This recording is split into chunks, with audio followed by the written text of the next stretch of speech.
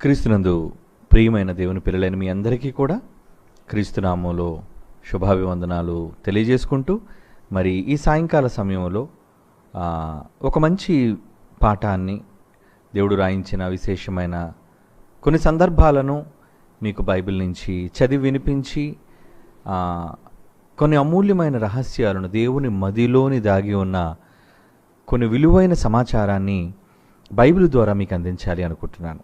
ప్రియులారా, ఈరోజు మరి మన పాఠంలో యెహోవాకు నీవు అతిథివా అని.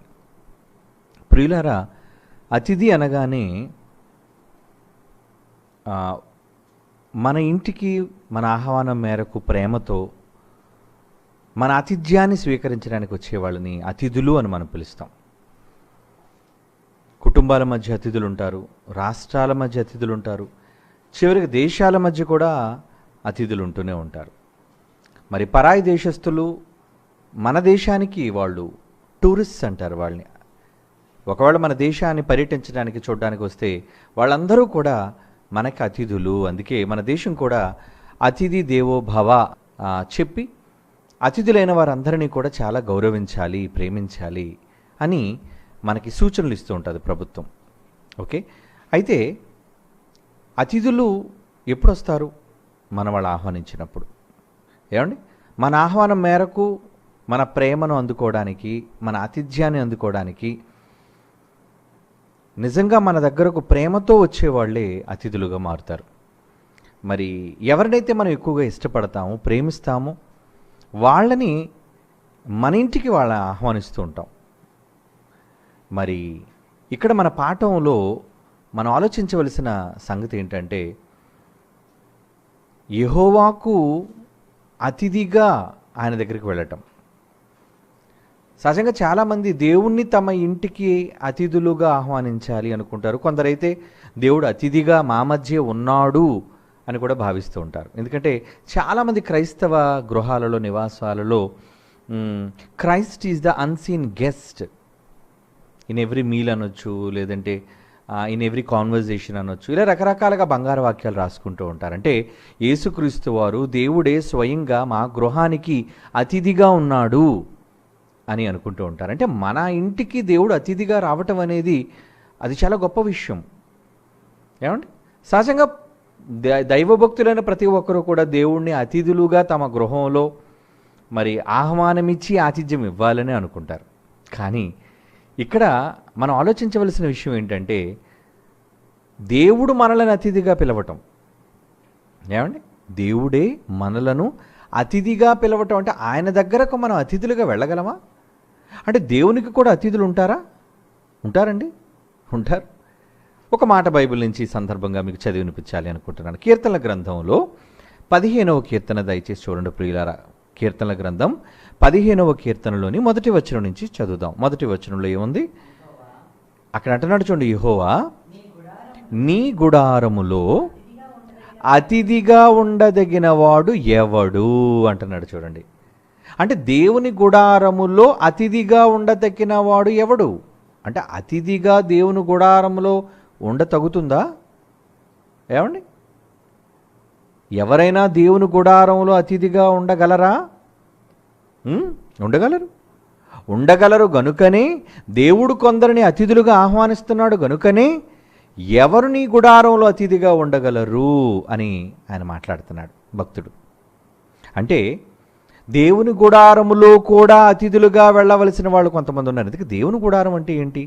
మీరు బొమ్మలో చూస్తున్నట్లుగా ఏమండి, గుడారము అనగానే ఒక టెంట్, ఒక బట్టతో చేసినది గుడారం.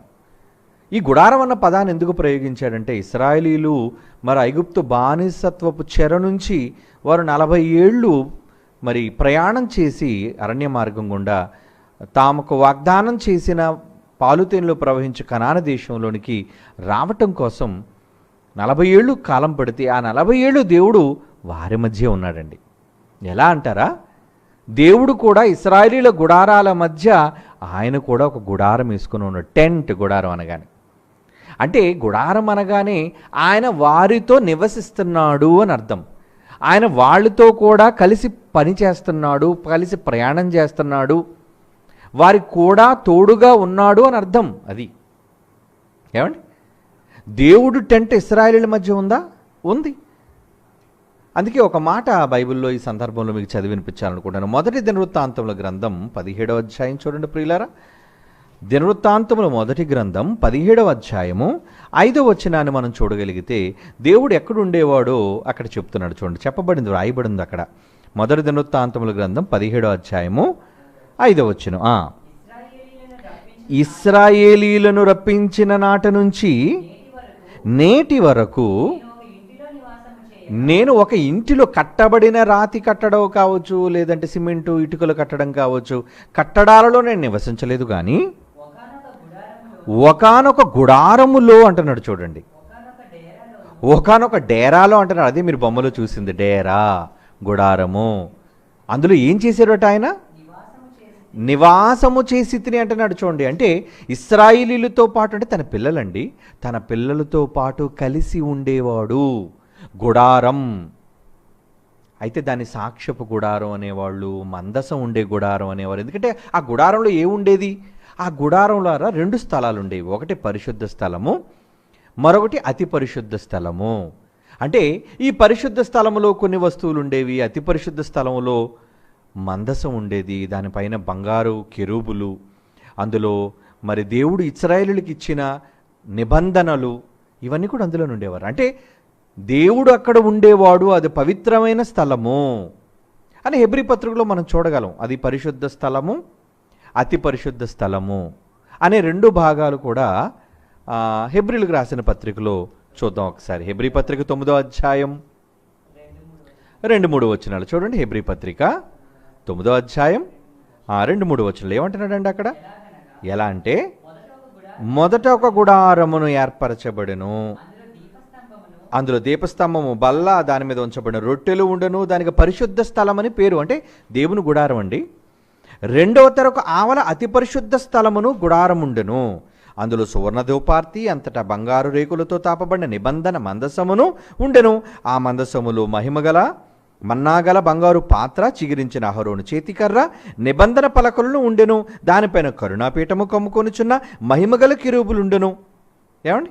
అంటే ఈ మొదటి గుడారం, 2వ గుడారం అంటున్నాడు అంటే అది దేవుని ఉన్న చోటు. మరి మొదటి గుడారంలోనికి ఎవరు వెళ్ళాలి? 2వ గుడారంలోనికి ఎవరు వెళ్ళాలి?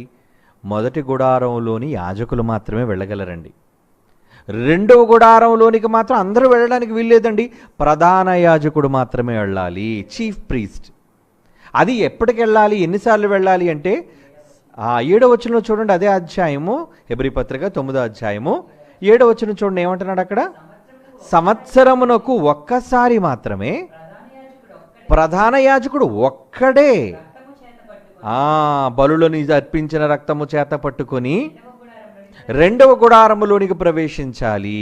అంటే అక్కడ ఎవరున్నారు?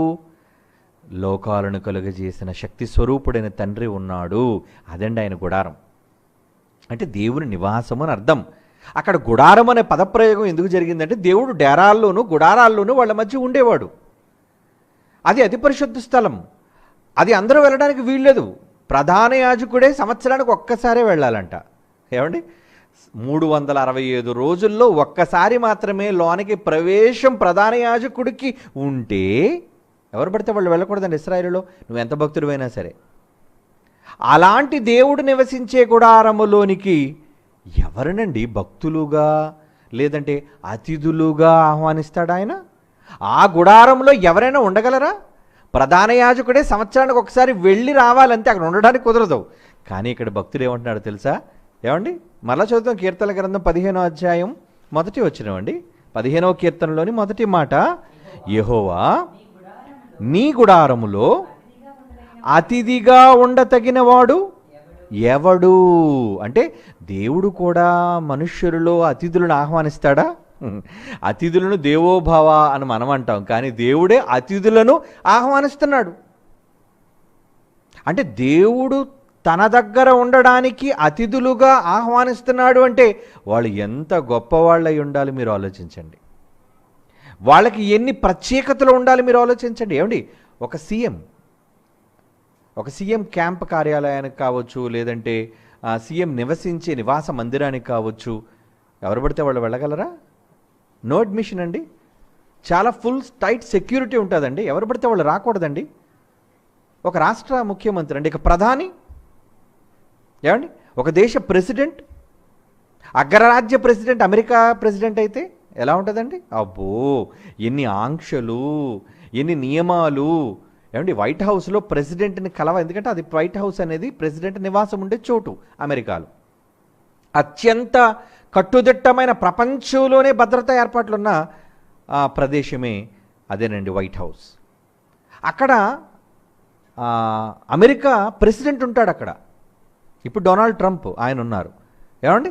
మరి అలాంటి అతిథులుగా ఆయన నిన్ను ఆహ్వానించి వైట్ హౌస్కి పిలవటం అంటే అది ఎంత వండర్ అండి.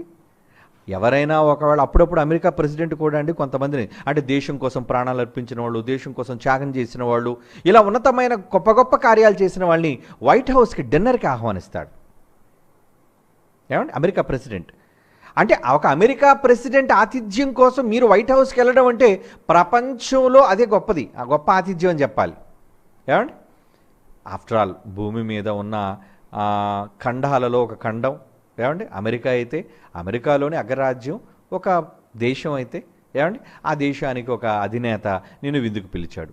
కానీ ముల్లోకాలను ఏలే ఒక మహాశక్తి స్వరూపుడు నిన్ను అతిథిగా తన గుడారానికంటే తాను నివసించే చోటికి పిలుస్తాడా? మీరు వెళ్ళగలరా? వెళ్ళగలరండి, వెళ్ళగలరు. అతిథులుగా మీరు ఆయన గుడారానికి వెళ్ళగలిగే అవకాశం ఉంది సుమా. ఎవరిని పడితే వాళ్ళు రానివ్వడం ఆయన. ఎందుకంటే అసలు ఆయన దగ్గరికి వెళ్ళటమే చాలా కష్టం. ఎలా అంటారా?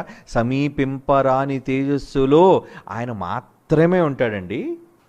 ఆయన ఒక్కడే ఉంటాడండి, అందరికీ అందులో అనుమతి లేదండి. తిమోతి పత్రికలు అంటాడు, మొదటి తిమోతి పత్రిక 6వ అధ్యాయం 16వ వచనం చూడండి. మొదటి తిమోతి పత్రిక 6వ అధ్యాయం 16వ వచనంలో ఏమంటున్నారు? సమీపింపరాని భయంకరమైన తేజస్సులో ఆయన మాత్రమే వసించుచు అమరుడండి, అమరుడండి దేవుడు, అమరత్వము గలవాడై ఉన్నాడు. మనుషులలో ఎవడునూ ఆయనను చూడలేదు, ఎవడునూ చూడనేరడు అని చెబుతున్నాడు. అలాంటి దగ్గరికి ఎవరండి వెళ్ళగలరు?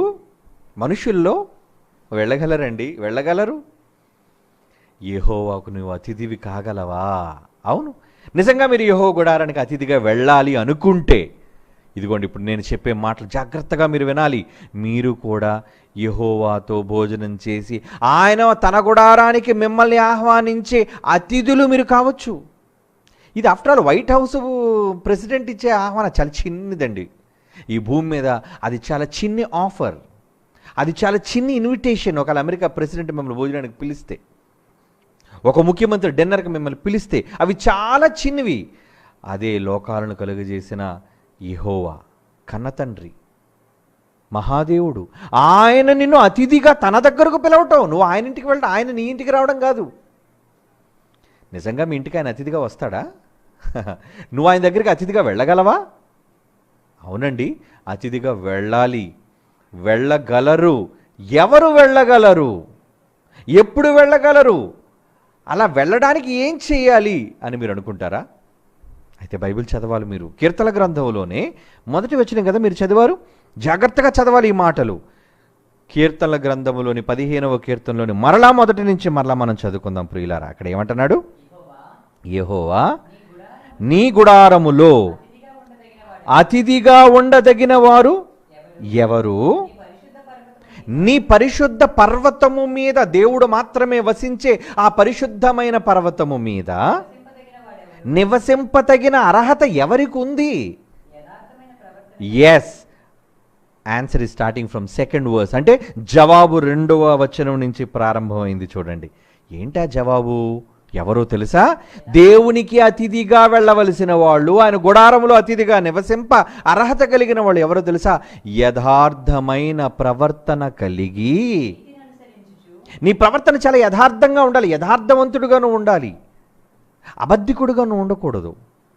ఏది యథార్థమైనదో, ఏది సత్యమైనదో, ఏది వాక్య సంబంధమైనదో దాని ప్రకారముగా నివసించి దాని ప్రకారముగా బ్రతికే వాళ్ళేనండి యథార్థవంతులు. ఆ యథార్థమైన ప్రవర్తన కలిగి నీతిని అనుసరించుచు హృదయపూర్వకముగా నిజము పలుకువాడే. అబ్బా, మొదటి అర్హత చెప్తున్నాడు చూడండి. ఏమండి, ఈ అర్హత ఒకవేళ మీలో ఉంటే ఎలా మీరు ఆయన గుడారానికి అతిథిగా వెళ్ళాలని నేను చెప్తాను. ఏమండి, ఏమంటున్నాడు? యథార్థమైన ప్రవర్తన కలిగి నీతిని అనుసరించుచు. నీతిని అంటే నీతి అనగా నమ్మకం. అవునా? అబ్రహాము దేవుని నమ్మెను, అది అతనికి నీతిగా ఎంచబడును. అంటే నీ నమ్మికే నీకు నీతి అవుతుంది. రోమపత్రికలో చెప్పబడింది ఆ మాట 4వ అధ్యాయంలో. అబ్రహాము దేవుని నమ్మెను, అది అతనికి నీతిగా ఎంచబడింది. అంటే దేవుని పట్ల నువ్వు నిజమైన నీతిమంతుడు కావాలి అంటే దేవుని నువ్వు నమ్మగలగాలి, ఆయన మాటలను నువ్వు నమ్మగలగాలి. అలా మీరు నమ్మిన నాడు మీరేమవుతుందో తెలుసా? నీతిమంతులైతే ఆ నీతిని అనుసరించి మరలా, అంటే వాక్య ప్రకారముగా, దేవుని మీద నమ్మకం ప్రకారముగా, హృదయపూర్వకముగా, మనస్ఫూర్తిగా నిజము పలుకువాడే. అంటే అబద్ధికుడు ఆయన దగ్గరికి వెళ్ళలేడండి. అంటే ఏ అబద్ధికుడు? వాక్యాన్ని కలిపి చెరిపి సత్యాన్ని అసత్యంగా మార్చే వాళ్ళందరూ అబద్ధికులు. మర్చిపోకండి, నీ వాక్యమే సత్యము. యేసుప్రభువు ఏమన్నారు? యోహాను సువార్త 17:17లో నీ వాక్యమే సత్యము. అంటే సత్యమును హృదయపూర్వకముగా నిజం పలుకువాడే. అంటే వాక్యమును ఉన్నది ఉన్నట్టుగా చెప్పేవాడు, ప్రజల కోసం భయపడి వాక్యాన్ని మలిచేవాడు, మార్చేవాడు దొంగ. ఈరోజు భక్తులను చెప్పుకుంటున్నారు చాలామంది, ఈరోజు వాక్యోపదేశకులను చెప్పుకుంటున్నారు చాలామంది. వాళ్ళందరూ కూడా నిజంగా దైవజనులను మీరు అనుకుంటున్నారా? కాదండి, దేవుని సత్యమును అసత్యమునకు మారుస్తున్న వాళ్ళంతా. బైబిల్లో లేని దాన్ని తమ అవసరతల కొరకు మలుచుకుంటున్న వాళ్ళంతా. వాళ్ళు నిజాన్ని పలికే వాళ్ళు కారు, అబద్ధికులు. ఎందుకంటే వాళ్ళు తండ్రి యొక్క అపవాది సంబంధులు. వాడు అబద్ధికుడు, నిజం పలకడు. వాడు నోటి వెంబడి నిజం రాదు. అంటే నిజం ఏదైనా ఉందంటే అది వాక్యం మాత్రమే, సత్యం మాత్రమే, అది ఉన్నట్టుగా చెప్పేవాడు మాత్రమే. వాడే నిజము పలుకువాడే. అట్టివాడు ఏం చేస్తారట? అలా నిజాన్ని పలికేవాడు. అది వాడుకున్న మరో అర్హత ఏంటో తెలుసా? అలా నిజంగా వాక్య ప్రకారంగా నీతిని అనుసరించి ప్రవర్తించేవాడు ఎలా ఉంటాడో తెలుసా అండి? నాలుకతో కొండెములాడడు. కొండెములంటే కొంతమందికి ఉంటుందండి దుర్బుద్ధి. ఎప్పుడు చూడండి వాళ్ళ మీద పోస్టు, వీళ్ళ మీద పోస్టు, వాళ్ళ మీద చెడు మాటలు, వీళ్ళ మీద చెడు మాటలు. కొండేలు అంటారు వాళ్ళని, కొండెగాళ్ళు అంటారు మగవాళ్ళైతే, కొండె కత్తెలు అంటారు ఆడవాళ్ళైతే. ఏమండి, అంటే ఎప్పుడు ఎదుట వాళ్ళ మీద కంప్లైంట్ బ్రెయిన్. చాలామందిలో, మీలో చాలామందిలో ఈ దౌర్భాగ్యమైన గుణం ఉంటుంది. జాగ్రత్త, బివేర్. ఎప్పుడు చూడండి అందరి మీద కంప్లైంట్. కొండెమంటే కంప్లైంటే. చెడ్డగా మాట్లాడడం, అనుకూలమైనది మాట్లాడరు ఎప్పుడు. ఏ వ్యక్తిని కూర్చానా ఏమైనా చెడు తెలుస్తుందా, వెంటనే అది చెప్పాలి.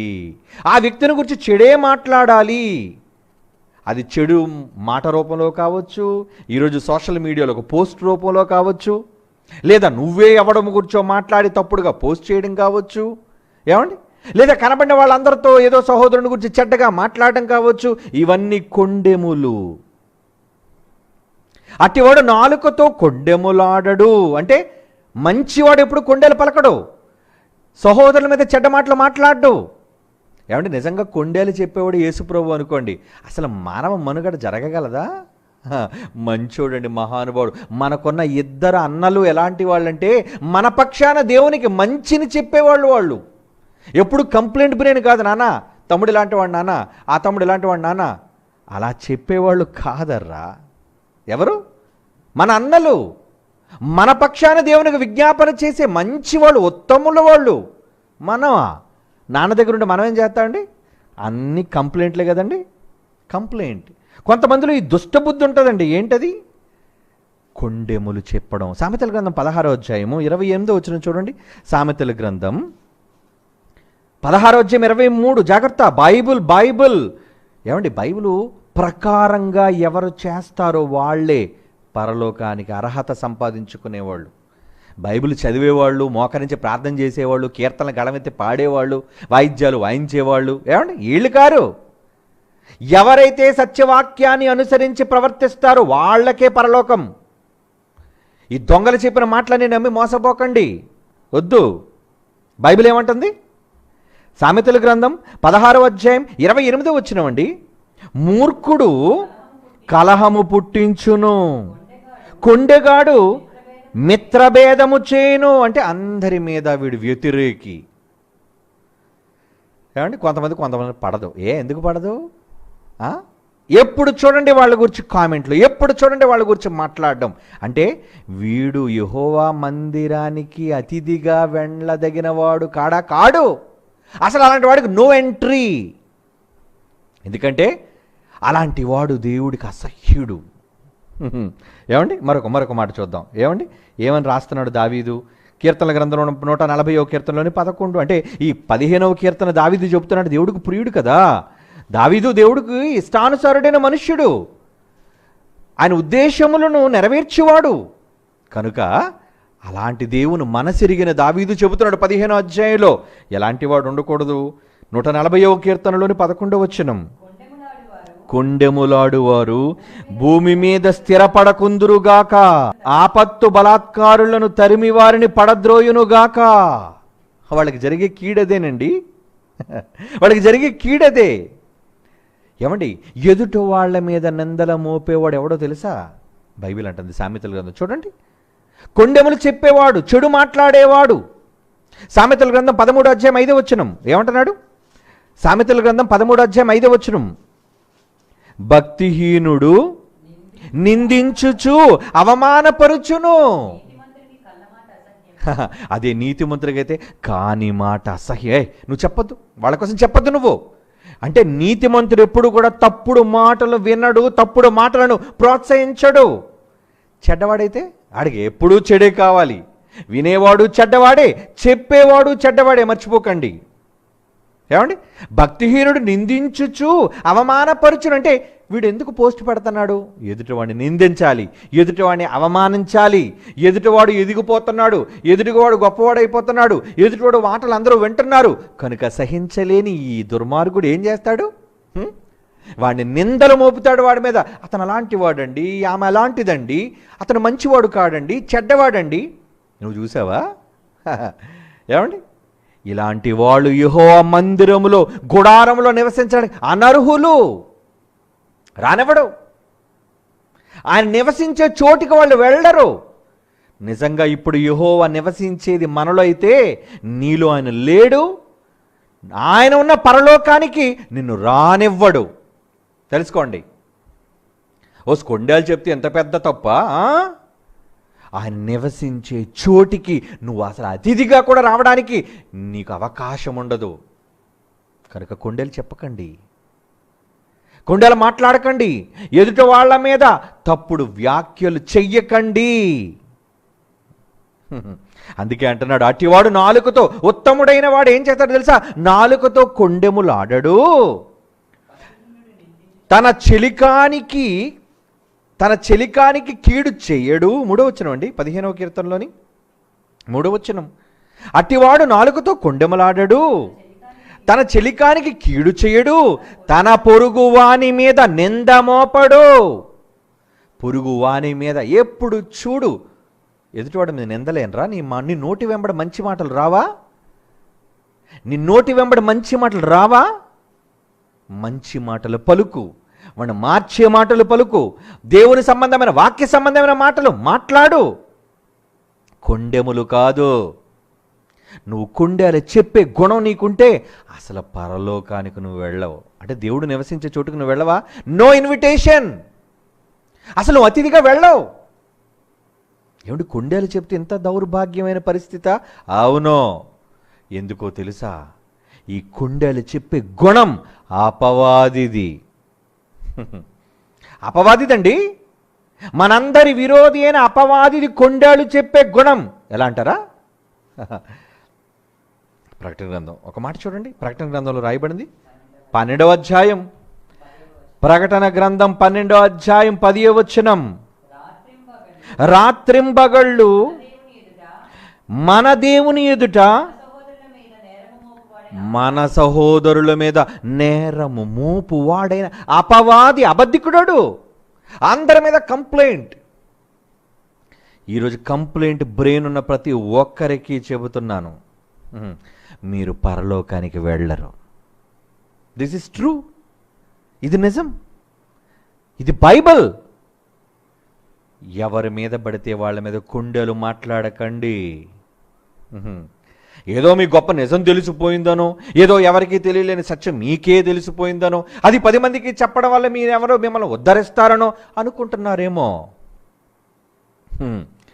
మీరు ఉద్ధరించకపోగా దుర్దశ మీకు రాబోతుంది, జాగ్రత్త. మీరు దేవుని గుడారములో ఉండడానికి, దేవుని దగ్గర నివసించడానికి అనర్హులుగా ప్రకటించబడుతున్నారు. అంటే మీ అర్హతను మీరే కోల్పోతున్నారు అని అర్థం. చదవండి 3వ వచనం. అట్టివాడు నాలుగుతో మంచివాడు కుండములు ఆడడు, తన చెలికాడు అంటే తన సహోదరుడు, తన స్నేహితుడి మీద కీడు చెయ్యడు, అంటే కీడు మాట్లాడు, కీడు చెయ్యడు, తనకు పొరుగు వాని మీద నింద మోపడు. ఇక 4వ వచనం. అతని దృష్టికి నీచుడు అసహ్యుడు, అంటే ఇలాంటి దౌర్భాగ్యులైన వాళ్ళందరినీ కూడా అసహించుకోవాలి.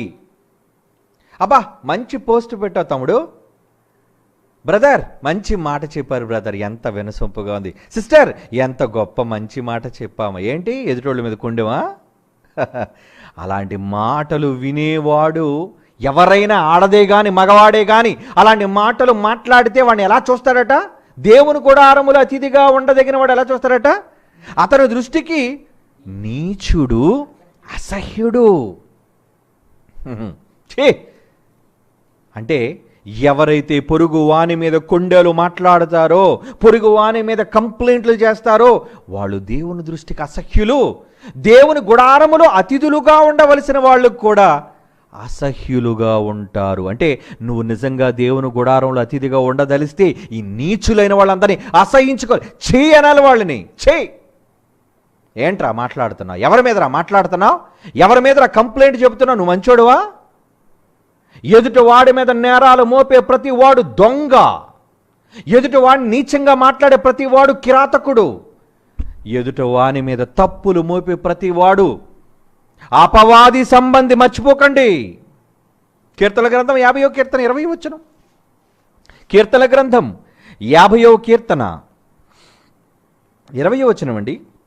నీవు కూర్చుండి నీ తల్లి కుమారుని మీద అపనిందలు మోపుచున్నావు. ఏం పనిరా నిందలు మోపడానికి నీకు? బైబిల్ వద్దురా మీకు? బైబిల్లో దేవుడు రాయించిన ఎన్నో అపురూపమైన మాటలు ఉంటే అవి చెప్పడానికి బదులు వాడిలాంటి వాడు, ఆమె లాంటిది, వీరిలాంటి వాళ్ళు, రే పోతారు మీరంతా. రాసుకోండి, నాశనానికి పోతారు మీరంతా. కొండలు చెప్పే అపవాది మీ అందరి బాబు వాడురా, వాడు అబద్ధికుడు. వాడు కొండలు చెప్పే గుణం పరలోకంలో ఉన్నప్పటి నుంచి వాడికి అదే గుణం, అందరి మీద అదే బాణి వాడిది. చదువుకున్నారు కదా ఇందాడ ప్రకటన 12లో ఏంటాడు గుణం?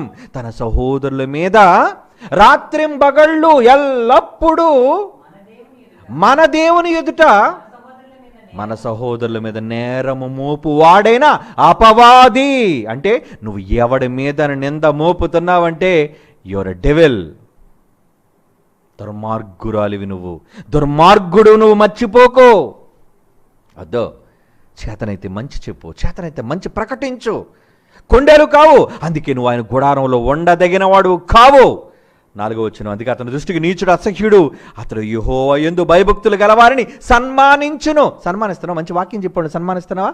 రే సమాజానికి మంచి మాటలు చెబితే పొగడ్డానికి బదులు ఎందుకురా అసూయ? నువ్వన్న మాటలకి లోకం ఏదైనా అమ్మ అనుకోవచ్చురా, కానీ దేవుడు అనుకోడురా. నిత్య జీవాన్ని ఇచ్చేది ఆయన గనుక, పరలోకాన్ని ఇచ్చేది ఆయన గనుక నీ మాటలకు లోకం నమ్మితే నమ్మని జానేదో పోనే. లోకం నమ్మని 750 కోట్ల మందిని అబద్ధాన్ని నమ్మినా పర్వాలేదు, కానీ నా దేవుడు నన్ను యథార్థవంతునిగా చూస్తే చాలు, నాకు చాలది.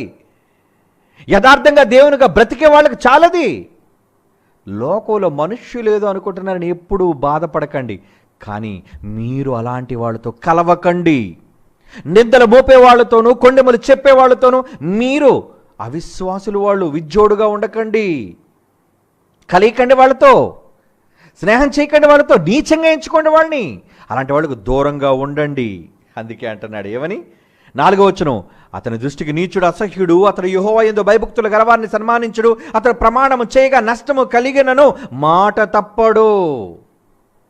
అలాంటి వాళ్ళకండి అర్హత. ప్రమాణం చేసిన తర్వాత మాట ఇచ్చాడు గనుక ఇచ్చిన మాట తప్పని వాడు ఎవరు? ఒక యోప్తా లాంటి వాడు. నేను విజయ ఉత్సాహముతో ఇంటికి వెళుతున్నప్పుడు నా గుమ్మంలోంచి ఏది ముందు వస్తాదో అది యెహోవాకు అర్పణ అన్నాడు. అంతే, ఇచ్చిన మాటను నెరవేర్చుకున్నాడండి యోప్తా.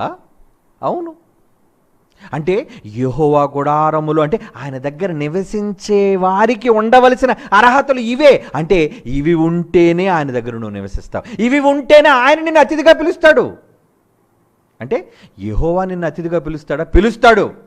ఎప్పుడు పిలుస్తాడో తెలుసా? నువ్వు చాలా ఉత్తముడు నాయన, నువ్వు ఎవరి కోసం చెడ్డ మాట్లాడవు నాయన, ఎవరిని గూర్చి కొండెములు చెప్పవు నాయన, ఎప్పుడు యథార్థవంతుడుగా నిజాన్ని పలుకుతావు నాయన.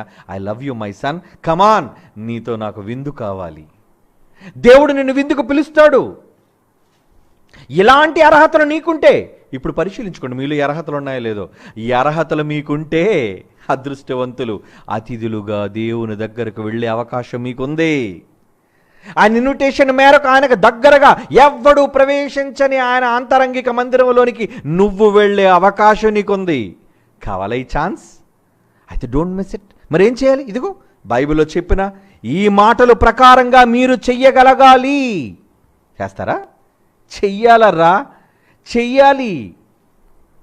కీర్తన గ్రంథం 39 చూడండి, మంచి మాట. కీర్తన గ్రంథం 39వ కీర్తనలోని 12వ మాట. కీర్తన గ్రంథం 39వ కీర్తనలోని 12, నీ దృష్టికి యెహోవా నా ప్రార్థన ఆలకించయ్యా, నా ఒక్కసారి నా మొరకు చెవ్వొగ్గువా తండ్రి, నా కన్నీళ్లు చూచి మౌనంగా ఉండకయ్యా. వీళ్ళంతా నన్ను నిందిస్తున్నారు. నీ దృష్టికి నేను అతిథి వంటి వాడను. ఎందుకంటాడు భక్తుడు ఈ మాట? దేవుని దృష్టికి భక్తుడు అతిథా? ఎస్. అంటే అతిథి అంటే ఏమండి? మీ ఇంటికి అతిథులు వస్తే ఎలా చూస్తారు చెప్పండి? ఎప్పుడు లేని వెరైటీస్, ఎప్పుడు లేని కావలసిన వాటన్నిటిని సమకూర్చి, మీరు ప్రతిరోజు మామూలుగా పప్పు అన్నం తినొచ్చు, కానీ అతిథులు వస్తే నాన్ వెజిటేరియన్.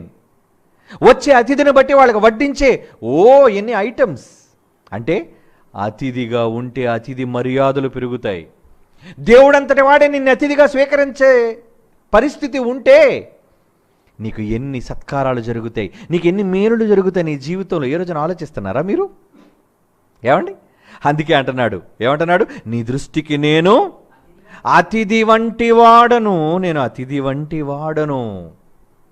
అవునండి, అతిథులు అంటే మీరు నిజంగా దేవుని పట్ల అతిథులుగా ఉన్నారా? దేవుడు మిమ్మల్ని పిలిచే అతిథులుగా మీరు మారారా? మారాలి. లేదంటే ఆయన గుడారంలో అడుగు లోపల పెట్టే అవకాశం మీకు లేదు, రాదు. అర్హతలండి. ఏమంటే ఒక సీఎం దగ్గరికి, పిఎం దగ్గరికి మీరు వెళ్తున్నారంటే ఎన్ని చెకప్లు ఉంటాయి అనుకోండి. ఏ బాంబు తీసుకెళ్ళిపోతున్నారు లోనికి? ఫుల్ టైట్ సెక్యూరిటీ మధ్య ఎన్నో స్కానింగ్ మిషన్లు దాటుకుంటూ మీరు వెళ్ళాలి. ఈలోపు మీ మీద ఇన్వెస్టిగేషన్ ఉంటుందంటే మీరు ఎలాంటి వాళ్ళు, దేనికి వస్తున్నారు, మీ బ్యాక్గ్రౌండ్ ఏంటి, అన్నీ ప్రోటోకాల్ ప్రకారంగా అవన్నీ వాళ్ళు అన్నిటినీ స్టడీ చేసిన తర్వాతే మీకు ఎవరితోనైనా ముఖ్యులతో మీటింగ్. మరి దేవునితో మీరు ఒకవేళ సహచర్యం చేసి దేవుని గుడారానికి అతిథిగా మీరు వెళ్ళాలి అంటే ఈ అర్హతలన్నీ ఉండాలండి. ఇవన్నీ ఉంటేనే మీరు అతిథిగా దేవుడు మిమ్మల్ని గుర్తిస్తాడు. యెహోవాకు మీరు అతిథి వంటి వారుగా మారుతారు మీరు, లేదా రానివ్వడు. ఏమండి?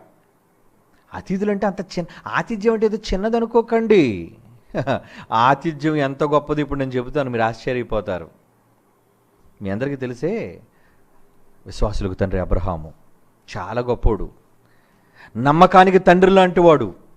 అలాంటి విశ్వాసులకు తండ్రి అయిన అబ్రహాముకు 90 ఏళ్ళు గడిచి ఏళ్ళు దాటిపోతున్నా పిల్లలు లేరండి, పిల్లలు లేరు. కానీ ఒకానొక రోజు వచ్చింది. ఏంటో తెలుసా? దేవుడే తన ఇంటికి వచ్చాడు. అది మీకు తెలుసు. ఆదికాండం 18వ అధ్యాయం మొదటి నుంచి మీరు చూడగలిగితే చూడండి జాగ్రత్తగా. ఆదికాండం 18వ అధ్యాయం మొదటి వచనము నుంచి, మరియు మమ్రే దగ్గరనున్న సింధూర వనములో అబ్రహాము ఎండవేళ ఉన్నాడటండి. గుడారపు ద్వారము దగ్గర ఉన్నప్పుడు యెహోవా అతను కనబడ్డాడు. అతిథి, ఆయన అతిథిగా నీ దగ్గరకు వచ్చాడు. ఏమండి? యెహోవాయే అబ్రహాము దగ్గరికి అతిథిగా వచ్చాడట. వచ్చినందుకు ఏం జరిగిందో చూడండి. ఏమంటే నేను చదువుతున్నాను 2వ వచనం. అతడు కన్నులెత్తి చూచినప్పుడు 3 మనుష్యులు అతని ఎదుట నిలువబడి ఉండరి. అతడు వారిని చూసి గుడారపు వాకిటి నుండి వారు ఎదుర్కొన్నట్టుకు పరిగెత్తుకొని నేల మట్టుకు వంగి సలాం అయ్యా నా ఇంటికి మీరు రావడం, నా గుడారానికి మీరు రావడం ఏంటయ్యా? ఏమండి వంగి ఏమన్నాడు చూడండి 3వ వచనంలో, ప్రభువా నీ కటాక్షము నా మీద నున్న ఎడల ఇప్పుడు నీ దాసుని దాటిపోవద్దు, ఒక్కసారి నా ఇంటిలోనికి రారా. ఎందుకు పిలుస్తున్నాడు, ఎందుకు ఆపమంటున్నాడు? 4వ వచనం, నేను కొంచెం నీళ్లు తెప్పించదును, దయచేసి కాళ్ళు కడుగుకొని ఈ చెట్టు కింద అలసట తీర్చుకునుడి. ఏమండి 5వ వచనం, కొంచెం ఆహారము తెచ్చేదను. ఏడు కొంచెం అన్నాడు. ఏమండి కొంచెం ఆహారం తెస్తానయ్యా, మీ ప్రాణములను బలపరుచుకునుడి, తర్వాత మీరు వెళ్ళవచ్చును, ఇందు నిమిత్తమే కదా మీ దాసుని ఎద్దుకు వచ్చిత్రని అనెను. వారు నీవు చెప్పినట్లు చెయ్యమనగా వెంటనే ఎప్పుడైతే దేవుడు అతని దగ్గరికి అతిథిగా వచ్చాడో, ఏమండి అబ్రహాం గారు ఏం చేశారు చూడండి. 6వ వచనం, అబ్రహాము గుడారములో నుండి శారా ఎదుగు త్వరగా వెళ్ళి, అమ్మాయి నువ్వు త్వరపడి 3 తూనికల మెత్తని పిండి తెచ్చి పిసికి బాగా మెత్తగా ఉండాలి రొట్టెలు, వాళ్ళ ఆహారం అదే కదండి, రొట్టెలు చేయమని చెప్పను. మరియు 7వ వచనం, అబ్రహాము పశువుల మందకు పరుగెత్తి, ఏంటి స్లో కాదండి, రన్నింగ్లో వెళ్ళాడటండి. అప్పటికే 90+ ఆయన అంటే 100కి దగ్గర పడుతున్నాడు. అలాంటి టైంలో ఏమండి పరుగెత్తుకొని ఒక మంచి లేత దూడను తెచ్చి ఒక పనివానికి అప్పగించను, వాడు దాన్ని త్వరగా సిద్ధపరిచను.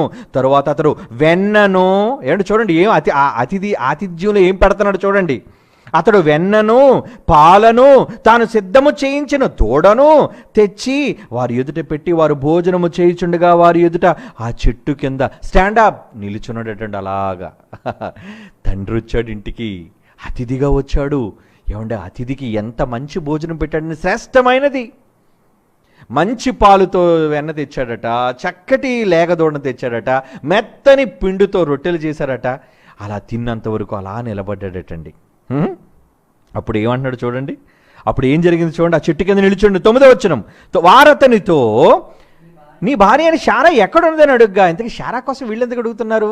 భలే వంట చేసిందయ్యా, వండర్ఫుల్, సూపర్, కితాబ్ ఇవ్వడానికి కాదు.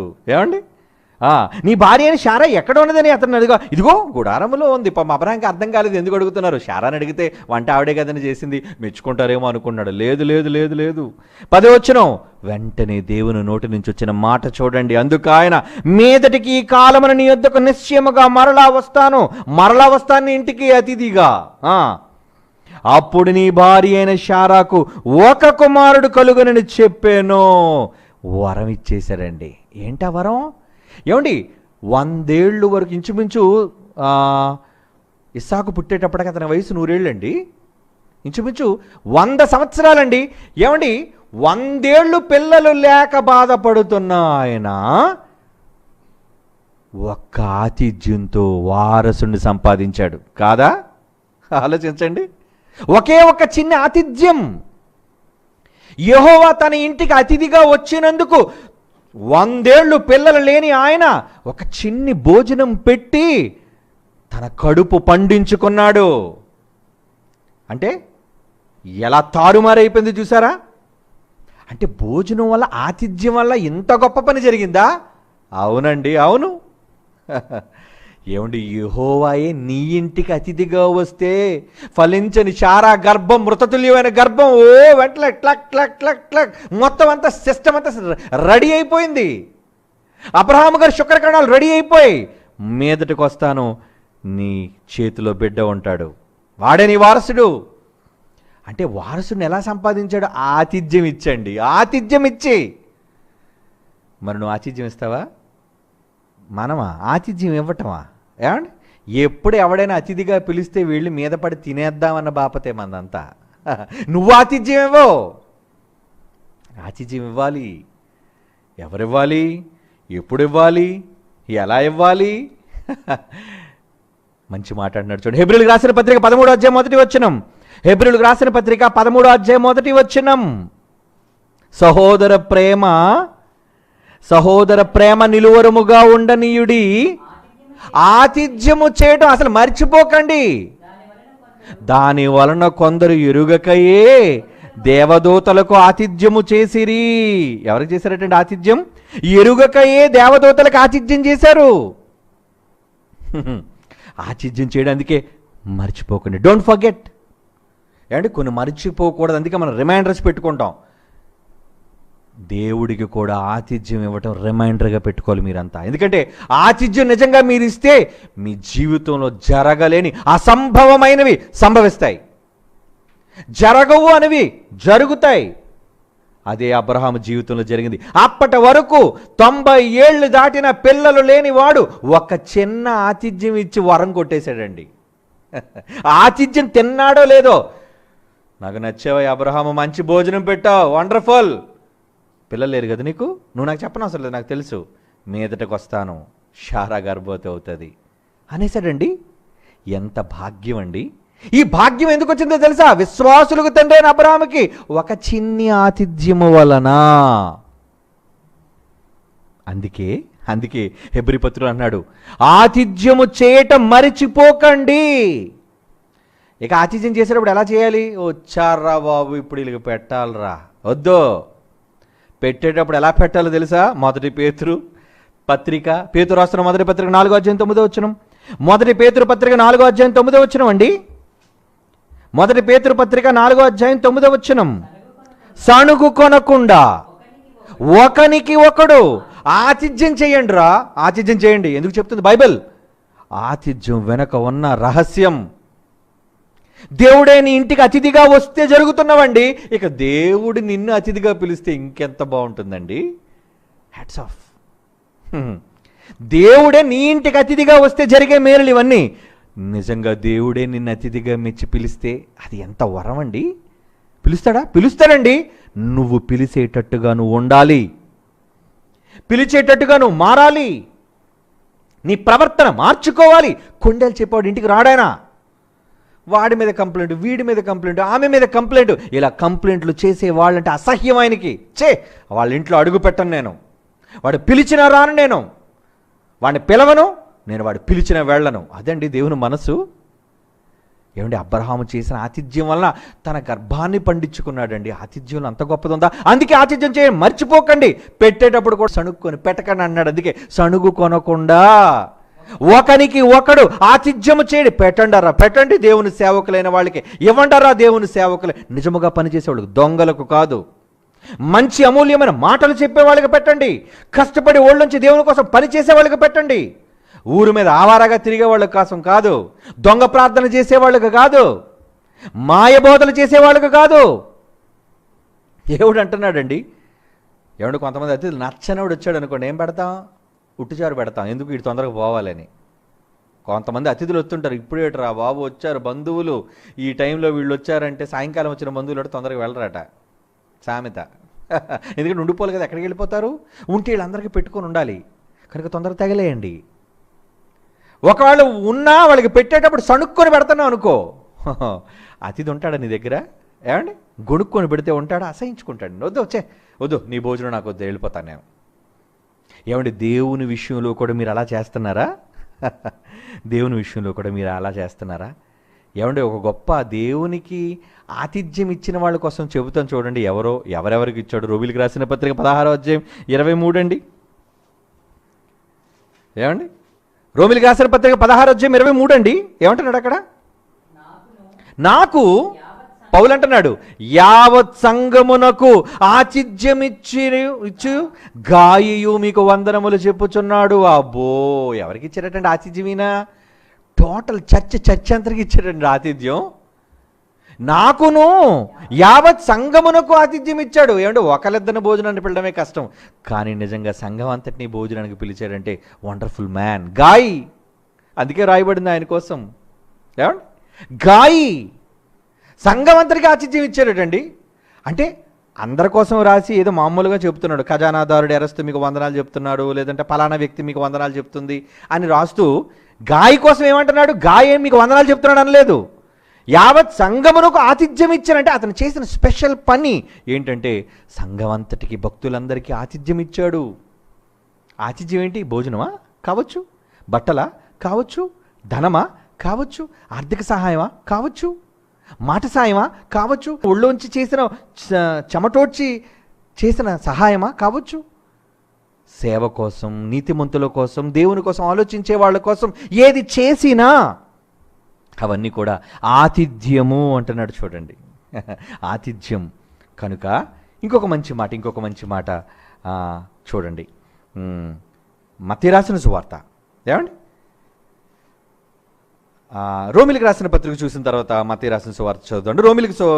రోమాపత్రిక 12వ అధ్యాయం 13వ వచనం చూడండి ప్రియులారా. రోమాపత్రిక 12వ అధ్యాయము 13వ వచనం. పరిశుద్ధుల అవసరములలో పాలు పొందుచు శ్రద్ధ, ఆతిథ్యం ఇచ్చినాడు. ఏదో పెట్టేశాంలే అని కాదు, ఏదో పెట్టేశాం ఏదో ఇచ్చేసాం కాదు, శ్రద్ధ, అటెన్షన్. ఆతిథ్యం ఇచ్చేటప్పుడు అటెన్షన్. ఏమంటే అతిథికి వడ్డిస్తున్నప్పుడు, అతిథికి పెడుతున్నప్పుడు ఏదో పెట్టేశాం కాదండి, ఏది ఇష్టమో అది తెలుసుకుని వాళ్ళకి పెట్టటం. అదే చెప్తున్నాడు. పరిశుద్ధుల అవసరములు, సేవ చేస్తున్న వాళ్ళ అవసరాలు ఏంటి, పరిశుద్ధుల అవసరాలు ఏంటని, పరిశుద్ధుల అవసరములలో పాలు పొందుచు శ్రద్ధగా ఆతిథ్యం ఇచ్చుచు ఉండుడి. శ్రద్ధగా ఆతిథ్యం ఇవ్వండి అంటున్నాడు. అంటే ఆతిథ్యం ఎలా పడితే అలాగ ఇవ్వకండి అతిథులకి. దేవుడే వచ్చాడు అబ్రహాం దగ్గరికి, దేవుడే వచ్చాడు అతిథిగా. ఎలా వచ్చాడు అతిథిగా? అవసరం రూపంలో వచ్చాడు, సహోదరుల రూపంలో వచ్చాడు. మత్తయి సువార్త 25వ అధ్యాయం చూడండి. ఏమండి? మత్తయి సువార్త 25వ అధ్యాయం 40వ వచనం. మత్తయి సువార్త 25వ అధ్యాయం 40వ వచనం చాలాసార్లు చదివారు ఈ మాట. అందుకు రాజు, మిక్కిలి అల్పులైన ఈయన సహోదరుల్లో ఒకరికి మీరు చేసితిరి గనుక నాకు చేసితిరి ఆతిథ్యం. వాళ్ళకి పెట్టడం కాదు మీరు భోజనం, వాళ్ళకి మీరు సహాయం పంపడం కాదు, నాకు పంపారు, నాకు అన్నం పెట్టారు. ఏమిటి వచ్చింది? దేవదూతలే కదండి, దేవుడు కాదు కదండి. 3 దేవదూతలు వచ్చారు. దేవదూతలేమో పిండి మంచి మెత్తగా రొట్టెలు పిసికితేనేమో అవి తిన్నారు, లేకదొండ తిన్నారు, బాగా వెన్న ఉన్న పాలు తాగారు, లేదంటే ఏవో మంచి వెన్నపోసంతా తిన్నారు. తిన్నది వాళ్ళైతే దేవుడు వరం ఇచ్చారేటండి? దేవుడు కాదు కదా తిన్నది. అంటే దేవుడు పంపగా వచ్చిన వాళ్ళకి పెట్టినా మీ పంట పండినట్టే, దేవుని ద్వారా వచ్చిన వాళ్ళకి మీరు పెట్టినా మీ జీవితంలో అద్భుతం జరిగినట్టే. అదండి. కనుక దేవుడు చేస్తాడు ఎప్పుడు? మిక్కిలి అల్పులైన ఈ నా సహోదరులలో ఒకనికి మీరు చేసితిరి గనుక నాకు నాకు నాకు చేసినట్లే. దేవదూతలకు పెట్టారంటే నాకు పెట్టావు అబ్రాహాము. నన్ను ప్రేమించాయా, నువ్వు నిలబడ్డావు చేతులు కట్టుకొని. నన్ను ప్రేమించేయా, వయస్సు ముసలితనంలో కూడా పరిగెత్తావు మందల దగ్గరికి. నాకు మంచి మాంసం, లేత మాంసం కావాలని తిన్నది దేవదూతలైనా వరం ఇచ్చేది నేను. కారణం, నన్ను గౌరవించావు, నువ్వు నన్ను అతిథిగా నువ్వు స్వీకరించావు కనుక. ఏమండి? మరి నిజంగా ఇలాంటి సందర్భాల్లో మనం నిజంగా దేవునిని అతిథిగా మనం పిలవగలుగుతున్నావా? దేవునికి ఆతిథ్యాన్ని మనం ఇవ్వగలుగుతున్నావా? ఏం చేస్తున్నారండి? అతిథిగా మా దేవుడు యేసుప్రభు మా ఇంటిలో అతిథిని బోర్డు పెట్టుకోవడం కాదు. బోర్డు పెడతాడు ఏమని? Christ is the head of this house. ఆ ఇంటిగా? నీకురా, నీకు. Christ is the head of this house. ఇది ఇల్లు, ఇది యెహోవా కట్టిన ఇల్లు. ఆ ఇదిగా అది కాదు. ఏమండి? The unseen guest in every meal. అంటే కనిపించని నీతో పాటు అతిథి. నువ్వు తినేతన బాగా ఏం పెడుతున్నావు? నువ్వు నీ పిల్లలు మేస్తారు. ఎవరైనా బయట వాళ్ళని పిలిచి పెడుతున్నావా? బయట సహోదరుల అవసరాలు తీరుస్తున్నావు. అది ఆతిథ్యం ఇవ్వడం అంటే, అది సహాయం చేయడం అంటే. నువ్వు కుటుంబంతో గట్టిగా తినటం కాదు. అర్థం అవ్వలేదండి క్రైస్తవ్యానికి.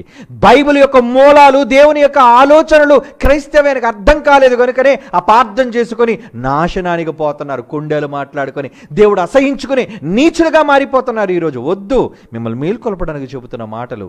మీరు ఎవరు నాకు శత్రువులు కారు, మిమ్మల్ని ప్రేమించి దేవుడు చెప్పమన్న మాటలు చెబుతున్నాను. కనుక దేవుని పట్ల మీరు ఎటువంటి ఆతిథ్యాన్ని ఇవ్వడం మీరు మర్చిపోతున్నారా? వద్దర్రా, వద్దు వద్దు వద్దు వద్దు. ఆతిథ్యాన్ని ఇవ్వడం మర్చిపోకండి. తిమోతికి పౌలు గారు రాస్తున్న మొదటి పత్రిక 5వ అధ్యాయం 15వ వచనం చూడండి. తిమోతికి రాస్తున్న మొదటి పత్రిక 5వ అధ్యాయం 15వ వచనం ఏమంటున్నాడు అక్కడ? సత్క్రియలకు పేరు పొందిన విధవరాలు పిల్లలను పెంచి పరదేశులకు ఆతిథ్యమిచ్చి, ఏమండి, పరిశుద్ధుల పాదములు కడిగి శ్రమపడు వారికి సహాయము చేసి. మీరు చేస్తున్నారా ఏమైనా ఇటువంటివి? ఏమైనా ఎన్నో సందర్భాల్లో జైశాలి గారు వాళ్ళ ఇల్లుకి వెళ్తే ఆయన పాదాలు కడిగిన వాళ్ళు ఉన్నారండి. పాదాలు కడుగుతున్న అసూయ పడుతున్న సన్నాసులు ఉన్నారండి బయట, నీచులు, కొండిగాళ్ళు. ఏమండి? ఎన్నో సందర్భాల్లో నేను వాళ్ళ ఇంటికి వెళ్తే వద్దు నాన్న మొక్కుకుంటున్న, బాబోయ్ నా మాట వినకుండా బలవంతం చేసి నా కాళ్ళు కడిగిన వాళ్ళు ఉన్నారండి అందరూ. ఎందుకు కడుగుతున్నారు? నేను ఏదో గొప్ప ఉండను కాదండి, ఆయన మాట మోసుకొచ్చాను నేనని, ఆయన మాటలు ప్రకటిస్తున్నాను నేనని. ఇది చూచి వారవలను కుక్కలు మరుగుతాయి. ఏమని? కాళ్ళు కడిగించుకోవచ్చా? నీళ్లతో పాదాల కడగొచ్చా, సెంటు పొయ్యొచ్చారు, నీకేం తెలుసురా కుక్క? నీకు దేవుడు అంటే అర్థం కాడురా, నీచుడా. నువ్వు యెహోవా గుడారములో ఉండదగినవాడు కావురా, నువ్వు అసహ్యుడివి. చదువుకో, కీర్తన 15వ అధ్యాయం చదువుకో. నిన్ను అసలు రానివ్వడు. దేవునికి ఆతిథ్యం చెయ్యనివాడు, దేవునికి అతిథిగా పనికి రానివాడు, దేవుని సేవలో ఆతిథ్యం ఏ ఒక్కరికి పంచనివాడు. గాయి చూడరా, గాయి ఎంత గొప్పోడు, సంఘం అంతరికి ఇచ్చాడు ఆతిథ్యం. అందుకే గాయికి లెటర్ రాశాడు తెలుసా మీకు యోహాను గారు? యోహాను పత్రిక చూడండి, మీకు తెలుసో తెలీదో, ఏమంటే చదవాలి మరి బైబిల్ని. ఏం చేశారు తెలుసా? 3వ యోహాను పత్రిక ఒకే ఒక అధ్యాయం ఉంటుంది కదా, మొదటి అధ్యాయం మొదటి వచ్చిన ఒకే అధ్యాయం ఉంటుంది. మొదటి వచ్చిన చదవండి. యోహాను గారు అండి, యేసు ప్రేమించిన యోహాను గారు ఏమని రాస్తున్నాడు ఆయన? 3వ యోహాను పత్రిక మొదటి అధ్యాయం మొదటి వచ్చిన, పెద్దనైన నేను సత్యమును బట్టి ప్రేమించు ప్రియుడైన గాయునకు శుభమని చెప్పిరానిదంటే ఈ ఉత్తరాన్ని గాయిక రాస్తున్నాడు. ఎందుకు రాయాలి గాయికి? సంఘం అంతటికి ఆతిథ్యం ఇచ్చాడు. ఎంత గొప్పడు గాయి. ఏమండి, నువ్వు ఆతిథ్యం ఇవ్వడం తెలియదు, ఎదుటి గాయం చేయడం తెలుసు. ఏమని? కొండేలు మాట్లాడడం. వాడి చెడ్డవాడండి, వాళ్ళు ఎందుకంటే భోజనం పెట్టారు, వీళ్ళకి ఎందుకంటే బట్టలు ఇచ్చారు, వీళ్ళకి ఎందుకంటే పంచారు. మనం చేస్తున్న ఎన్నో ఉత్తమమైన కార్యక్రమాలు చూసి సహించలేక కుక్కలు మరుగుతున్నాయి. అవి కుక్కలు కనుక. మీరు చేసుకుంటూ వెళ్ళండి ఉత్తమమైన కార్యక్రమాలు. ఎవరి కోసం భయపడకండి. వాళ్ళ మాటలు మీ వెంట్రుక రాల్చలేవు. మరగనివ్వండి కుక్కల్ని. కానీ దేవునికి ఆతిథ్యం చేయటం మర్చిపోకండి. పరిశుద్ధుల అవసరాల్లో పాలు పొందడం మర్చిపోకండి. అది మీరు దేవునికి ఆతిథ్యం ఇస్తున్నట్టు. ఎప్పుడైతే మీరు దేవునికి ఆతిథ్యం ఇస్తారో, ఏమండి, మనం ఎవరైనా ఇంటికి అతిథులుగా పిలిచాం అనుకోండి, అప్పుడు వాళ్ళు ఏం చేస్తారు? వాళ్ళు కూడా మనల్ని వారి ఇంటికి అతిథులుగా రమ్మంటారు. ఎందుకంటే మనల్ని పిలిచారు కదా, భోజనం పెట్టారు కదా, మనం కూడా పిలకపోతే బాగోదు కదా. అవునా కదా? ఆలోచించండి. ఎవరైనా మనల్ని బాగా పిలిచి మంచి భోజనం పెట్టి చాలా గొప్పగా ఆతిథ్యం ఇచ్చారనుకోండి, మనం మర్చిపోండి వాళ్ళని. మనం ఏమనుకుంటాం? ఏమండి, మనల్ని పిలిచి ఎంత చక్కగా మనకు ఆతిథ్యం ఇచ్చారే, మనం కూడా వాళ్ళని పిలుద్దామండి అనుకుంటారా లేదా? అనుకుంటారు కదా. ఎవరైతే దేవునికి ఆతిథ్యం ఇస్తారో, సహోదరులకు ఆతిథ్యం ఇస్తారో, దేవుడు అలాంటి వాడు ఆతిథ్యం పొందినవాడు కాబట్టి, అయితే ఇలాంటి వాడిని నేను అతిథిగా పిలాలి, అందుకు నిన్ను పిలుస్తాడు. లేదా తన గుడారానికి నువ్వెందుకు వెళ్తావు? నువ్వు రానిస్తాడా నిన్ను? నువ్వు కన్నీళ్లు ప్రార్థన చేసినందుకు రానివ్వడు. నీ మోకాళ్ళ చెప్పులు అరిగిపోయినందుకు రానివ్వడు నిన్ను. తప్పుడు మాటలు చెప్తున్నారు వీళ్ళంతా. బాగా మోకాళ్ళేసి నల్లగా అరిగిపోయినట్టుగా, చెప్పలన్నీ ఊడిపోయేటట్టుగా ప్రార్థన చేయి అని పిలుస్తాడు నిన్నని. నా ఎక్కడుంది బైబిల్లో? ఎక్కడుంది? ఆతిథ్యం చెయ్యండి. ఆతిథ్యం సహోదరులకు ఆతిథ్యం చేయండి. మీరు గదిలోకి వెళ్ళి ప్రార్థన చేసి మోకాళ్ళ చెప్పలు అరిగిపోయినంత వరకు ప్రార్థన చేస్తే మిమ్మల్ని అతిథులుగా పిలవడో. This is Bible. నమ్మండి, ఎప్పటికైనా నమ్మండి. మీ మార్పు కోసం చెబుతున్న మాటలు, మనుషుల మెహర్బానీ కోసం చెబుతున్న మాటలు కావు ఇవి. మీ జీవితాలను మార్చుకోండి. మీరు యెహోవాకు ఆతిథ్యం చేస్తే ఆయన తన గుడారానికి మిమ్మల్ని అతిథులుగా పిలుస్తాడు. That is the logic. Jehovah గుడారములో అతిథిగా ఉండదగిన వాడు ఎవడో?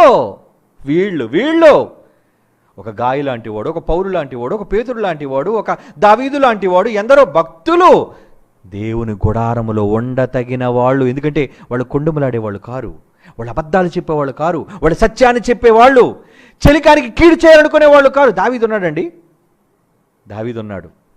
మంచివాడా? అవును. తన మీద విరోధంగా మాట్లాడేవాడిని కనబడితే చంపేమంటారా అని అడిగాడు. నా వదిలేశాడండి. అంటే కీడు చేయాలను, రాజు అయిన తర్వాత కూడా కీడు చేయాలనుకోలేదు. వాళ్ళకి ఎంత మంచి మనసు అండి దావీద్ది. అలాంటి వాళ్ళండి యెహోవా గుడారంలో ఆతిథ్యాన్ని స్వీకరించడానికి అర్హత కలిగిన వాళ్ళు. యెహోవాకు నువ్వు అతిథివా? అతిథిగా నువ్వు ఉండాలి అంటే ముందు యెహోవాకు ఆయన తరపున పంపబడిన వారికి ఆతిథ్యం చేయడం నేర్చుకో.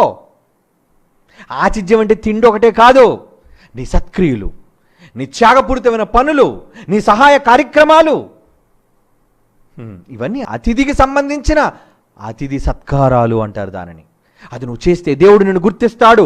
అప్పుడు ఆయన నిన్ను అతిథిగా పిలుస్తాడు. ఏమండి?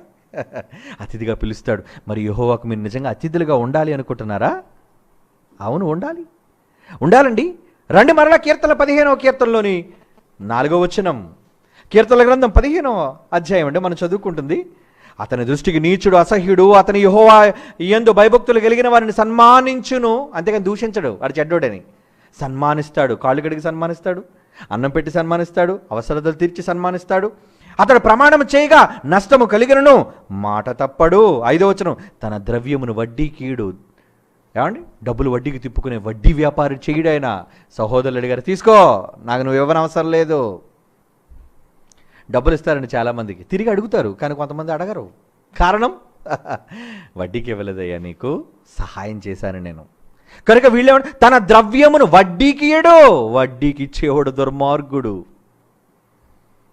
యెహోవా గుడారముల అతిథిగా రానివాడు, వడ్డీలకు తిప్పుకునేవాడు. తన ద్రవ్యమును వడ్డీకి ఇయ్యడు, నిరపరాధిని చెరుపుటకే లంచము పుచ్చుకొనడు. ఏమండి, మంచి వాళ్ళు పాడు చేయడానికి లంచాలు తీసుకోడండి. ఎవడో ఇచ్చిన డబ్బు కోసం కకృతిపడి తప్పుడు వ్యాఖ్యలు చేయడండి. ఈ ప్రకారము చేయువాడు ఎన్నడునూ కదల్చబడడు. అతనండి అతిథి, అతనండి యెహోవా గుడారములో అతిథిగా ఉండ తగిన అర్హత పొందినవాడు. మీరున్నారా? వెళతారండి ఆయన గుడారానికి. వెళ్ళాలి అంటే దేవుడు చెప్పిన ఈ లక్షణాలన్నిటినీ కూడా మీరు చేయండి మీ బ్రతుకులలో. అదే మీ కుటుంబానికి నేర్పించండి, రాబోయే తరాలకు నేర్పించండి. అలా చేస్తేనే యెహోవా గుడారంలో మీరు అతిథులుగా ఉంటారు. మత్తయి రాసిన సువార్త 10వ అధ్యాయం 40వ వచనం చూడండి ప్రియులారా. మత్తయి రాసిన సువార్త 10వ అధ్యాయం 40వ వచనం ఏమంటున్నాడు? మిమ్మును చేర్చుకునివాడు నన్ను చేర్చుకొనును, నన్ను చేర్చుకునివాడు నన్ను పంపిన వారిని చేర్చుకొనును. అంటే అతిథిగా ముందు మీరు వేళ్ళని పిలిస్తే ఆ ఇంటికి వచ్చిన వీరే నేను వచ్చినట్టయ్యా, వాళ్ళకి పెడితే నాకు పెట్టినట్టయ్యా, వాళ్ళని అతిథులుగా మీరు స్వీకరిస్తే నన్ను అతిథిగా స్వీకరించినట్లయ్యా, నేను అతిథిగా నీ ఇంటికి వచ్చాను అంటే నా తండ్రి అతిథిగా నీ ఇంటికి వచ్చినట్టే. అదేనండి యేసుప్రభు మాట. అర్థం కాలేదా? మళ్ళా చదవండి. ఏమంటున్నాడు? మిమ్మల్ని చేర్చుకునేవాడు అంటే ఈ వాక్యాన్ని చేతపట్టి వెళ్ళిన మిమ్మల్ని చేర్చుకునేవాడు నన్ను చేర్చుకుంటాడు. నన్ను ఎవరైతే చేర్చుకుంటారో వాడు నన్ను పంపాడే పరలోకపు తండ్రి నన్ను పంపిన వాడిని కూడా చేర్చుకొనును అంటున్నాడు. చూడండి, అంటే ఇప్పుడు యెహోవా గుడారములో ఉండతగిన అతిథి ఎవరు? ఎవరండి? యెహోవా గుడారములో అతిథిగా ఉండదగిన వాళ్ళు ఎవరండి? నువ్వా? నువ్వు అతిథి కాగలవా? అతిథులుగా మారాలి, ఆతిథ్యం చేయడం నేర్చుకోవాలి. సంఘం అంతటికీ ఆతిథ్యం ఇచ్చిన గాయి ఆతిథ్యం చేయడం మర్చిపోకుండా పరిశుద్ధుల అవసరంలో పాలు పొందుచూ ఉన్న వారందరూ కూడా ఆతిథ్యం ఇచ్చేవాళ్ళు మర్చిపోకండి. మీరంతా యెహోవా గుడారములోనికి అక్కడ వెళ్ళబోతున్నాం మనమంతా. ఆయనే తన గుడారమును మన పైన కప్పును. ఎప్పుడు కప్పుతాడు? అక్కడ గుడారం ఉంది. గుడారం అంటే భూమి మీద కాదు, ఇశ్రాయేలు మధ్య గుడారం కాదండి. అక్కడ గుడారం ఉంది. ఏంటా గుడారం? ప్రకటన గ్రంథంలో చూడండి అంటాడు. ప్రకటన గ్రంథం 21వ అధ్యాయం ఏమండి 3వ వచనం. ప్రకటన గ్రంథం 21వ అధ్యాయం 3వ వచనం. ఇదిగో దేవుని నివాసం మనుషులతో కూడా ఉన్నది, ఆయన వారితో కాపురముండును, వారు ఆయన ప్రజలయుందురు. దేవుడు తానే వారికి దేవుడై ఉండి వారికి తోడయుండును. వారి కన్నుల ప్రతి బాష్ప బిందువు తుడిచివేను, మరణం ఇక్కడ ఉండదు. ఏమండి, దుఃఖమైనను ఏడ్పైనను వేదనైనను ఇక్కడ ఉండదు, మొదటి సంగతి గతించిపోయాను. ఏమండి అని ఆయన చెబుతూ ఇంకొక మంచి మాట, కరెక్ట్గా నేనన్న మాట చూద్దాం. ప్రకటన గ్రంథం 7వ అధ్యాయం చూడండి 15వ వచనం. ఎస్, ప్రకటన గ్రంథం 7వ అధ్యాయం 15వ వచనం. అక్కడ ఏమంటున్నాడు చూడండి. సింహాసనాసీనుడైన వాడు తానే తన గుడారం, అంటే అక్కడ సింహాసనం దగ్గర కూడా గుడారం అంటున్నాడు. ఏంటి? ఆ గుడారంలో నువ్వు ఉండతగిన అతిథివైతే పరలోకంలో నీ ఎంట్రీ ఉంది. లేదా రానివ్వండి. నువ్వు అనుకుంటున్నావేమో ఈ పనులేవి చేయకుండా ఏదో చేశానని చెప్పుకున్న దౌర్భాగ్యులందరూ కూడా దేవుని గుడారంలోనికి ప్రవేశించరు. That is heaven. ఆయన సింహాసనం ఉన్న దగ్గర గుడారం ఉందో తెలుసా మీకు? అది మరలా చదవండి ఆ మాట. ప్రకటన గ్రంథం 7వ అధ్యాయం 15వ వచనం. సింహాసనాసీనుడైన వాడు తానే తన గుడారమును వారి మీద కప్పును. ఇంకా అందువలన వాడు దేవుని సింహాసనము ఎదుట రాత్రింబగళ్ళు ఆయన ఆలయములో ఆయనను సేవించుచున్నారు. వండర్ఫుల్ కదండి. యెహోవా గుడారములో యెహోవాకు నీవు అతిథివి కావాలి. అప్పుడే నీకు పరలోక ఇన్విటేషన్, ఆహ్వానం. కమాన్ మై సన్, నిన్న ఆహ్వానం, ఆ మహాలోకానికి నీకు ఆహ్వానం రావాలి అంటే ముందు భూమి మీద ఆతిథ్యం చేయడం మర్చిపోవద్దు. చేయి ఆతిథ్యం. ఆతిథ్యం ఇచ్చే ముసలితనంలో కొడుకును కొట్టేశాడు ఎవరు? మన విశ్వాసులకు తండ్రి అబ్రహాము. మరి నువ్వు పరలోకానికి కొట్టేయలేవా? ఆతిథ్యం ఇస్తే పరలోకం అండి. పరిశుద్ధుల అవసరంలో పాలు పొందితే పరలోకం అండి. వాట్ ఏ లక్కీ ఛాన్స్ ఏమండి. అప్పుడప్పుడు వైకుంఠపాళి ఆడేటప్పుడు 5వ దగ్గర నుంచి ఒకేసారి 99కి నిచ్చిన ఉంటుందండి. వండర్ఫుల్ అంటే నిజంగా దొరికితే పావులు ఉండవు, ఏముండవు, డైరెక్ట్ నిచ్చిన. ఇంకా తర్వాత ఒకటి పడితే మీరు పంట వైకుంఠంలోనికి వెళ్ళిపోయినట్టే, వైకుంఠపాళిలో. అవునా? ఇది కూడా అలాంటి నిచ్చెనండి. పరిశుద్ధులకు అవసరాలలో పాలు పొందుచు ఆతిథ్యం చేయడం మర్చిపోకండి. శ్రద్ధగా చెయ్యండి, సణుగు కొనకుండా చెయ్యండి. ఆతిథ్యం ఆతిథ్యం ఆతిథ్యం ఆతిథ్యం అని ఎందుకంటాడు బైబిల్లో? ఆయన గుడారంలో నిన్ను ఒకరోజు అతిథిగా పిలుస్తాడు. కమాన్, ఇన్విటేషన్. పరలోకం నుంచి నీకు ఆతిథ్యం. నాతో పాటు నా గుడారంలో నా సింహాసనం ఎదుట రాత్రింపగళ్ళు. కమాన్, మనం అంతా కూడా ఆతిథ్యం తీసుకుందాం. అది కొందరికి మాత్రమే. ఆ కొందరిలో మీరుంటారా? ఆ కొందరిలో మీరు ఉండాలి అనుకుంటే ఇదిగో ఇప్పుడు మీరు విన్న మాటలన్నిటి ప్రకారం చెయ్యండి. కొండలు చెప్పడం మానేయండి. అది అసహ్యం దేవునికి. తప్పుడు సమాచారాన్ని ఎదుటి వాళ్ళ కోసం మాట్లాడడం ఆనేయండి. మరలా 15వ అధ్యాయం అంతా చదవండి ఒక్కసారి. దేవుని గుడారములో అతిథి. ఒక్క మాట చదువుకుందాం మరలా కీర్తనలు ముగించుకునే ముందు. 15వ కీర్తనలోని మొదటి మాట, యెహోవా నీ గుడారములో, ఆ పరలోక గుడారములో అతిథిగా ఉండదగిన వాడు ఎవడు? నీ పరిశుద్ధ పర్వతం మీద నివసింపదగిన వాడు ఎవడు అని అడిగి 2వ వచనం నుంచి సమాధానం చెబుతున్నాడు. చూడండి, ఇలాంటి వాడు మాత్రమే నీకు అతిథులుగా ఉండగలరు. అందుకే అబ్రహాము, ఇస్సాకు, యాకోబు ఎందరో పితరులైన వాళ్ళు అతిథులుగా మారిపోయారండి. ఆయన గుడారానికి వెళ్ళబోతున్నారు. మరి నీవు ఈ తరంలో పరిశుద్ధుల అవసరాల్లో పాలు పొంది పరిశుద్ధుల ప్రతి అవసరాన్ని తీర్చి ఆతిథ్యం చేయటం మరచిపోకండి అని బైబిల్ చెప్పింది. మరవకండి. రిమైండర్గా పెట్టుకోండి. యెహోవా నిన్ను అతిథిగా పిలవబోతున్నాడు కనుక యెహోవాకే నువ్వు అతిథివి కాబోతున్నావు. What a pleasure, what a wonder, what an ఆ. ఎంత గొప్ప విషయం. వెళదామండి, ఆయన దగ్గరికి వెళదాం. భూమి మీద ఆతిథ్యం ఇచ్చి యెహోవాకు అతిథులుగా మారిపోదాం. దేవుని సేవకునికి సహాయం చేస్తున్నావా? ఒక సహోదరునికి ఇస్తే యేసుకిచ్చానని గుర్తించావా? దేవుని సేవకునికి సహాయం చేస్తున్నావా? ఒక సహోదరునికి ఇస్తే యేసుకిచ్చానని గుర్తించావా? రోగి అయిన నీ సహోదరుడు ఎవరనుకున్నావు? రోగి అయినది యేసుక్రీస్తని చెబుతున్నాడు. రోగి అయిన ఈ సహోదరుడు ఎవరనుకున్నావు? రోగి అయినది యేసుక్రీస్తని చెబుతున్నాడు. గుర్తించావా నీ సోదరుడెవరు? సహాయం చేస్తున్నావా నువ్వు క్రీస్తుకేనని?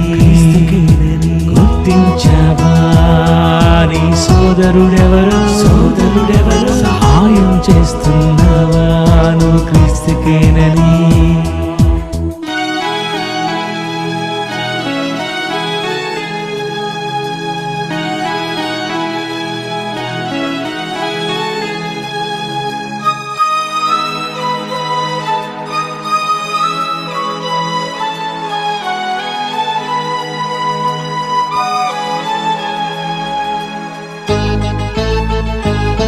ఉపకార ధర్మము చేయుట మరువకు. తన సేవలో కష్టపడుతున్న వారికి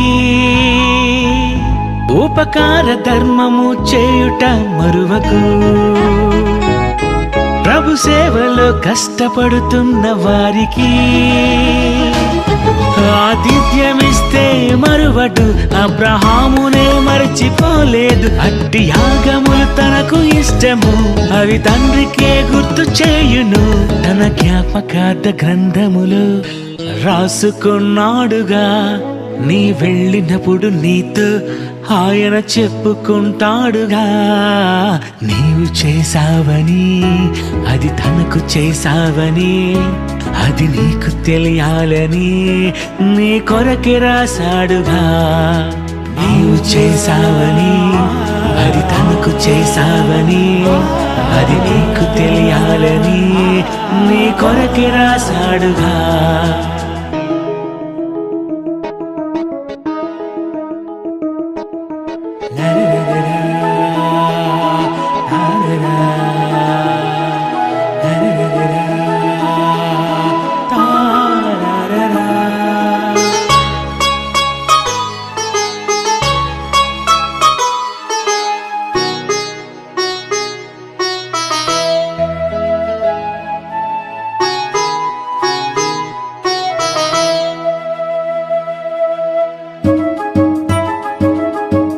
బీదలనందరిని కనికరించు వారిని తనకు అప్పిచ్చువానిగా తండ్రి ఎంచును. గిన్నెడు చన్నీళ్ళే ఇచ్చిన వారిని ప్రభువు జ్ఞాపకం చేసుకొని ఫలమునిచ్చును.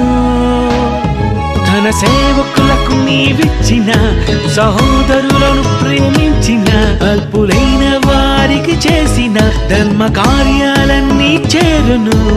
మరిచిపోలేదు నిన్ను యేసుతో గుర్తు చేశాడుగా.